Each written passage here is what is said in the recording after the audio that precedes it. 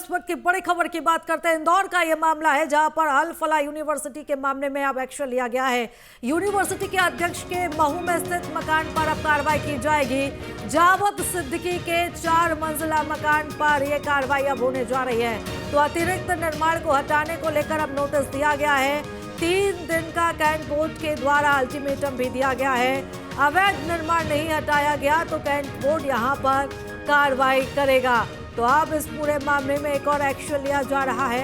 अल फला यूनिवर्सिटी के मामले में यूनिवर्सिटी के अध्यक्ष जो कि महू के रहने वाले हैं, उनका अब मकान जिस पर अब कार्रवाई करने की तैयारी प्रशासन की तरफ से की जा रही है। जावद सिद्दीकी के 4 मंजिला मकान पर अब कार्रवाई की जाएगी। अतिरिक्त निर्माण को हटाने को लेकर अब ये नोटिस भी जारी किया है। 3 दिन का अल्टीमेटम भी दिया है। अवैध निर्माण नहीं हटाया गया तो अब कैंट बोर्ड यहां पर कार्रवाई करेगा। तो ये तैयारी यहां पर की जा रही है। और चलिए इस खबर पर ज्यादा जानकारी लेंगे। हमारे सहयोगी सचिन हमारे साथ जुड़ चुके हैं। सचिन, इस कार्रवाई को लेकर क्या जानकारी मिल पा रही है, क्योंकि लगातार हम देख रहे हैं कि एक्शन मोड में यहाँ पर जो प्रशासन है वो है और अब इसी कड़ी में एक और तैयारी यहाँ पर की जा रही है। देखिए, इस पूरे मामले में अगर देखा जाए तो यह पूरा घोटाले से मामला जुड़ा हुआ है और इसके साथ साथ ये जो दिल्ली ब्लास्ट का जो मामला आया, उसमें अल फला यूनिवर्सिटी का जो नाम आया है, उसमें ही ये पूरी घटना को जो है पूरा इसमें जवाद सिद्दीकी का नाम जुड़ता हुआ सामने आया और उसकी गिरफ्तारी भी हुई है। जवाद वही है जो यहाँ से 25 साल पहले महू छोड़कर चले गया था और उसका भाई हमूद यहाँ पे ठगी करके ये लोग फरार हो गए थे।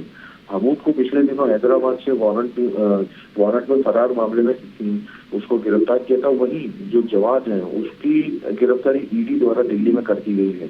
तो उसी से पूरा मामला लिंकअप है। अब जो महू कैंट बोर्ड है उन्होंने नोटिस दिया है और उसकी पूरी सत्यता पूरी इनको जांचना होगी, पूरी चीजें उनके सामने आएंगी और 3 दिन का समय दिया गया है। और उसमें नोटिस में इस चीज का भी जिक्र है कि 1996 में भी इनको नोटिस दिए गए थे, 1998 में भी इनको नोटिस दिए गए थे।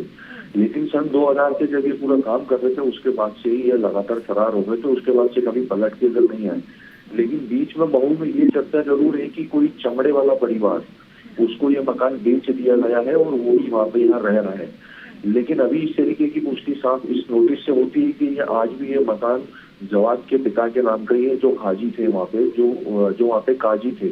और उसके बाद वो यहाँ से फरार हो गए थे। लेकिन परिवार का कोई भी सदस्य उसका पलटकर आज तक महू नहीं आया।